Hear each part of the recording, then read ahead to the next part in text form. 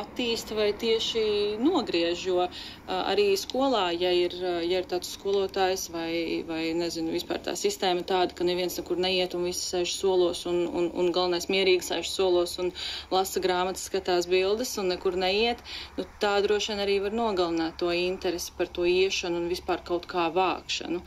Tā kā es domāju, tur ir loma gan ģimenei, gan izglītībai. Bet jūs kā skolotāji rosinat, piemēram, šovasar savākt? Kādreiz bija jāvāc kaut kas herbārijam, piemēram, kādus augus?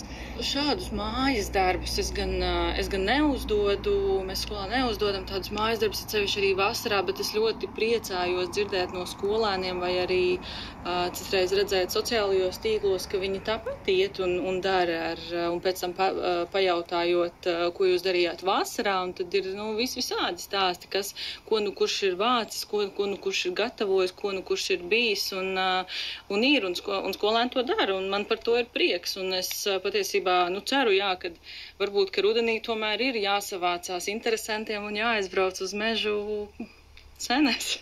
Vai ar kā skolai kārtējais darbs jāuzdod bērniem no kastaņiem un zīlēm, izveidot dažādas mākslas darbus, cilvēciņas un tam līdzīgi.